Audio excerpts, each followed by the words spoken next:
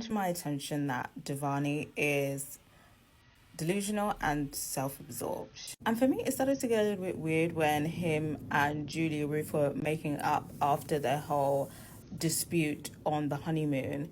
And he was like, I've got a surprise for you after apologizing. And it was him singing. The surprise is you singing. And of course, he's a quote unquote musician.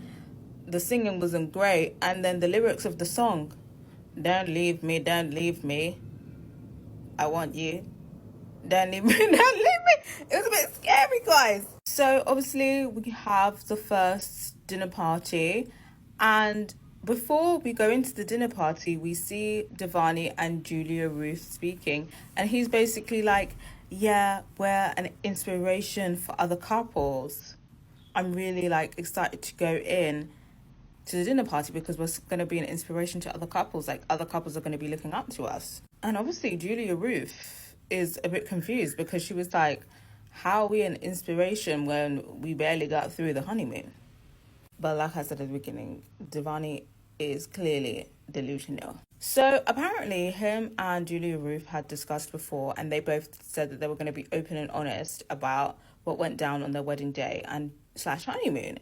So when they get to meet everybody, DIVARNI is just singing their praises and just saying, yeah, like everything's good, everything's perfect. Like, she's my twin flame. She's my twin flame. She's a yin to my yang. And everybody's like, oh, you sure? You sure? Because they're looking at Julia Ruth and they're thinking her body language is not giving that she's your twin flame. And then when they talk to Julia Ruth, she's like, no, the honeymoon was really difficult. We were arguing, like there were some difficult times. It wasn't all sunshine and roses. So everybody's kind of confused. And I think automatically they're thinking, yeah, DIVARNI's the one who's lying. And the experts watching are confused as well. So obviously Julia Ruth, that it gets back to Julia Ruth that DIVARNI's just basically saying that they have this perfect marriage. And she's just thinking like, first of all, that's weird. And second of all, now that's kind of making me look bad because I've been telling everybody that we've been having issues and it's been difficult. And he's telling everybody that it's perfect. So now I kind of look bad that I'm, the one that's like talking negatively on the marriage. So she does eventually check him on it. And he's just basically like, oh, what they're saying isn't true, basically. I didn't just say it was going well and everything was perfect. That's not what I said. I mean, I guess technically he didn't say everything was going well, but he only spoke about the positive things and he presented it as if they were having like a perfect magical time. So eventually they have this question where he's asked what Julia Ruth thinks about the marriage and he's somewhat honest this time. And obviously everybody's confused because he's like, now he's talking about, oh, they did have some ups and downs at the honeymoon, but that's not what he was saying before.